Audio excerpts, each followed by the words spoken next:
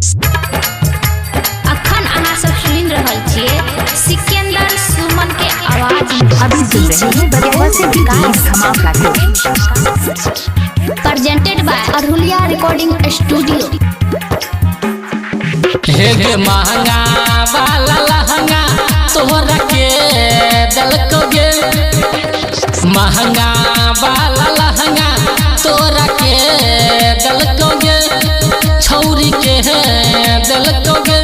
हे गई रके सवाहा संग गेला दरभंगा, वो तई तोरा की न दल को गे, छौरी मुके सवाहा संग गेला दरभंगा, वो तई तोरा की न दल को गे। लहंगा के बदला बजन की दिलही गे, लहंगा के बदला बजन की दिलही गे, छौरी की दिलही गे, छौरी शिव शंकर संग गेलही दरभंगा, वो तई तोरा की न दल को गे, छौरी नीति सवाहा संग गेलही दरभंगा, वो तई तोरा की न दल को गे। इलाका किसी का हो धमाका की बात कर निभाना भाई का ही होगा।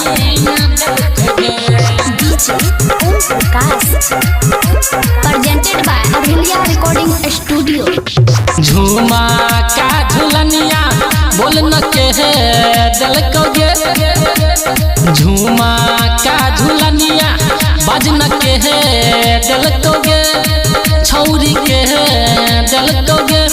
हे गई संजीतवा संग गेलही मधुबनी, वो तई तोरा की न दल को गे, छौरी दिवाकर संग गेलही मधुबनी, वो तई तोरा की न दल को गे।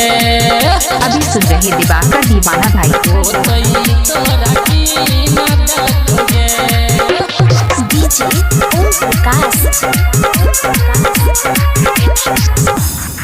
हे गे होठ के होठ लाली बोलन के दल को गे, होठ के होठ लाली बोलन के दल को गे, छौरी के दल को गे।